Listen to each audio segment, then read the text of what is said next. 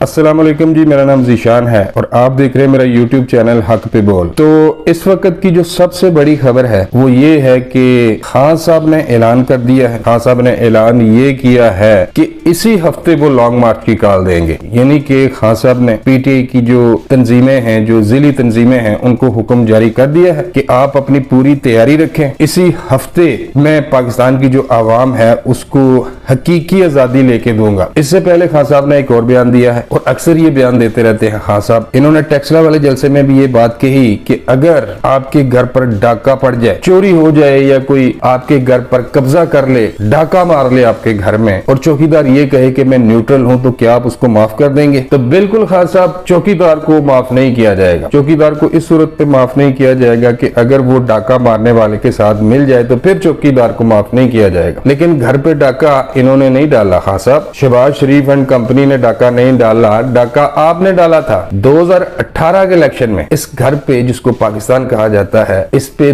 2 number तरीके से कब्जा आपने किया था। आपने उस वक्त के जो चौकीदार हैं उनको अपने साथ मिलाया था, उनको नवाजा था कि आपको इतना हिस्सा दिया जाएगा। और फिर उन चौकीदारों की मदद से आपने मुस्लिम लीग नून के और पीपल्स पार्टी के जो इलेक्टेबल्स हैं उनको डराया, उनको प्रेशराइज किया कि अगर आपने अपनी पार्टियों के साथ धोखा नहीं किया, अगर उनके साथ बेईमानी नहीं की, अगर आपने उनको ना छोड़ा और हमारी पार्टी में शामिल ना हुए तो आप पर झूठे केस बनाए जाएंगे। उनके बच्चों को ब्लैकमेल किया गया, उनके साथ बदमाशी की गई। ज्यादातर तो मुस्लिम लीग नून और पीपल्स पार्टी को छोड़कर आपके साथ मिल गए। जो नहीं मिले उनको आपने 4 साल तक तंग किया, उन पे झूठे केस बनाए और आज उन झूठे केसों को पाकिस्तान की एक बड़ी अदालत इस्लामाबाद हाई कोर्ट उड़ा रही है, क्योंकि वो झूठे केस बनाए गए थे नैब न्याजी गठजोड़ के नतीजे में। 2 नंबर तरीके से आपने घर पे कब्जा किया और फिर घर का इंतजाम मुराद सईद जैसे लोगों को दिया, पिंकी पीरनी को पूरे इख्तियारात दिए, फराह गोगी को खुली छूट दी गई कि आप जो मर्जी करें, आपको नहीं पूछा जाएगा। मुझे आप ये बताएं कि ये मुराद सईद जैसे लोग, सेनेटर फैसल जैसे लोग, ये तो चपड़ासी बनने की अहलियत नहीं है इनमें, इनको वजीर बना दिया। 4 सालों में इस बंदे ने मुल्क का बेड़ा गर्क कर दिया। मैशत जो पहले कुछ ठीक थी, अगर आप नवाज शरीफ, मेरी नवाज शरीफ के साथ कोई हमदर्दी नहीं है, अगर आप मियां नवाज शरीफ का दौर देख लें, जब उसको इक्तदार से उतारा गया था उस वक्त डॉलर का क्या रेट था, उस वक्त फ्यूल की क्या प्राइस थी, उस वक्त चीनी के क्या रेट थे, उस वक्त कुकिंग ऑयल की क्या कीमत थी। यानी कि आज के दौर का अगर उस दौर से मुआवजा किया जाए तो जमीन आसमान का फर्क है। फिर ये खान साहब आए, मैंने आपको कहा ना कि मुराद सईद जैसे लोगों के हवाले मुल्क कर दिया, पिंकी पीरनी जैसे लोगों के हवाले जो जादू टूने के तौर पर इस मुल्क की मैशत को चलाने की कोशिश कर रहे थे। पहले तो इन्होंने, फराह गोगी ने और पिंकी पीरनी ने दोनों हाथों से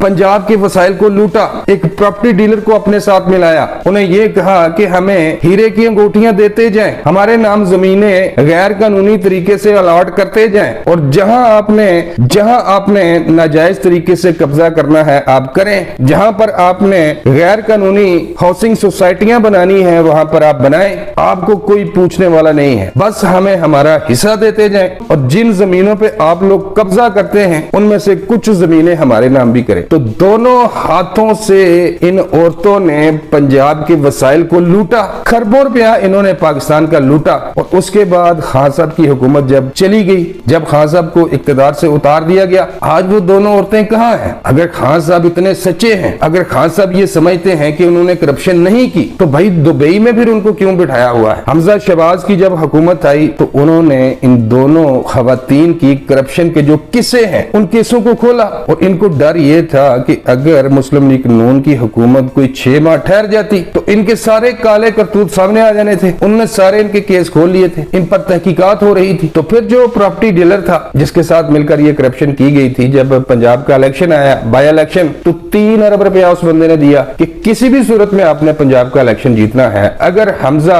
या मुस्लिम लीग नून पंजाब का इलेक्शन जीत गई तो हमारी करप्शन के जो किस्से हैं, हमारी करप्शन की जो दास्तानें हैं, वो मुस्लिम लीग खोलकर दुनिया के सामने ले आएगी। और फिर आपने उस 3 अरब रुपए के बलबूते पर पंजाब का इलेक्शन जीता और जो इनकी करप्शन के किस्से मुस्लिम लीग नून की हुकूमत ने पकड़े थे, एक डमी वजीर आला बिठाकर उन तमाम फाइलों को बंद कर दिया गया। तो खान साहब, आप जलसे जुलूसों में जिस कब्जे की बात कर रहे हो कि अगर डाकू घर पे हमलावर हो जाएं, घर को लूटना शुरू शुरू कर दें तो चौकीदार को चाहिए कि उनको रोके। तो डाका तो आपने डाला था, तबाह बर्बाद तो आप कर गए थे, वो तो फिर कोशिश कर रहे हैं इस घर को फिर से बनाने की, इस मुल्क की मईशत को ठीक करने की हर मुमकिन कोशिश की जा रही है जिसका आप खाना खराब करके चले गए थे। तो चौकीदार अब आपका साथ नहीं देंगे, चौकीदार न्यूट्रल है, उन्होंने आपका साथ नहीं देना, उन्होंने इस मुल्क की हिफाजत करनी है। उनसे जो गलती हो गई थी 2018 में, अब उनको उस गलती का एहसास हो गया था कि एक घुसपैठिए का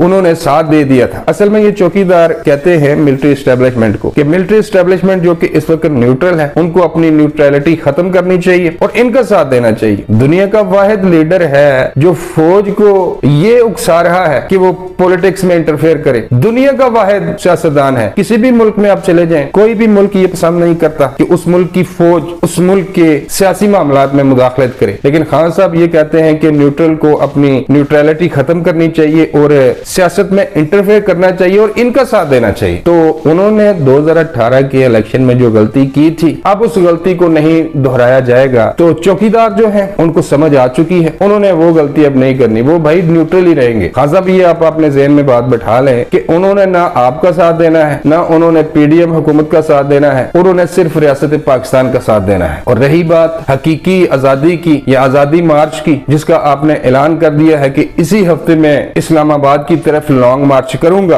तो ये शौक भी आप पूरा कर लें। आगे जो साईं बैठे हुए हैं जिन्होंने इस रियासत की बागडोर संभाली हुई है, वो जानते हैं कि आपके इस लॉन्ग मार्च को कैसे नाकाम बनाना है, और ये आखिरी पत्ता है इसके पास। और मैं 100% श्योर हूं कि इतनी मार पड़ेगी इसे लॉन्ग मार्च में, इतनी मार पड़ेगी कि ये दोबारा लॉन्ग मार्च का नाम नहीं लेगा। ये क्या समझता है कि 50-60 हजार अगर ये यूथिया लेके भी आ जाता है इस्लामाबाद, तो क्या ये हुकूमत गिरा लेगा? 2014 में इन्होंने 130 दिन धरना दिया था, क्या बिगाड़ लिया था उस वक्त की हुकूमत का? तो कुछ नहीं कर पाएगा ये। जिस तरह मछली कम पानी में तड़पती है, उस तरह ये तड़प रहा है। क्या इसने आजादी देनी है? 4 साल तक ये आपको आजादी नहीं दे सका, सिर्फ इख्तिदार का लालच है। और इतना मुनाफिक, मैं आज इसलिए कहूंगा कि इतना ये मुनाफिक बंदा है कि सिर्फ इख्तिदार के लिए पहले इसने शौकत तरीन को कहा कि रियासत के साथ खिलवाड़ करो। रियासत का जो IMF के साथ माहिदा होने वाला है, इस मुल्क की मैशत तो डूब जाती अगर रियासत पाकिस्तान IMF के साथ माहिदा ना करती। उन्होंने तरले मिलते किए IMF के हमें कर्जे दें, खान साहब ने तो खाना खराब कर दिया है। तो एक तरफ डील चल रही थी, दूसरी तरफ ये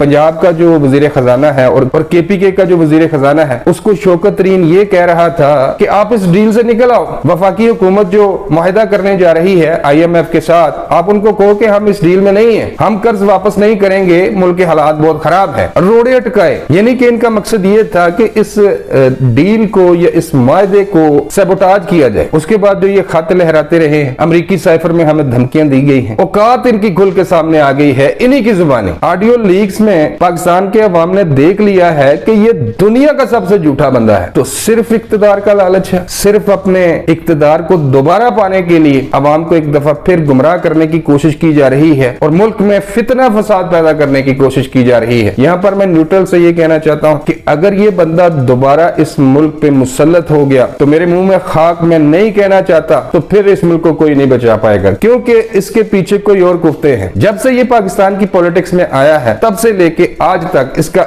एक ही एजेंडा है कि मुल्क की मीशत को उठने नहीं देना, मुल्क में हर वक्त इंतशार पैदा करना है। तो न्यूट्रल से मैं ये कहना चाहता हूँ कि अगर दोबारा ये बंदा पाकिस्तान के इक्तदार पे मुसल्लत हो गया, तो इस मुल्क की खैर नहीं है। और दूसरा, वफाकी हुकूमत को भी चाहिए कि अगर आपने इमरान खान जैसे एक हारे हुए खिलाड़ी के सामने बेबस हैं, अगर राना सनाउल्लाह साहब कुछ नहीं कर सकते, तो राना साहब फिर हुकूमत छोड़ दें, किसी और के हवाले कर दें कि हम नहीं इसको रोक सकते। और अगर आप इस मुल्क के साथ मुखलिस हैं, तो फिर इसको लॉन्ग मार्च करने दें। इस्लामाबाद में अगर ये आना चाहता है तो इसको आने दें, एक मखसूस जगह दें। अगर ये वहां पर नहीं बैठता, फितना फसाद पैदा करने की कोशिश करता है 25 मई की तरह, तो फिर आपका ये फर्ज बनता है, इक्तदार इस वक्त आप लोगों के हाथ में है, आपका ये फर्ज बनता है कि 25 मई की तरह कि अगर ये बंदा इमलाक को नुकसान पहुंचाने की कोशिश करता है, तो इसको ऐसा सबक सिखाए कि इसकी 7 नस्लें याद रखें। अब तक के लिए बस इतना ही। वीडियो अच्छी लगे तो लाइक करें और चैनल सब्सक्राइब करें। मिलता हूं किसी नई वीडियो में। अल्लाह निगहबान।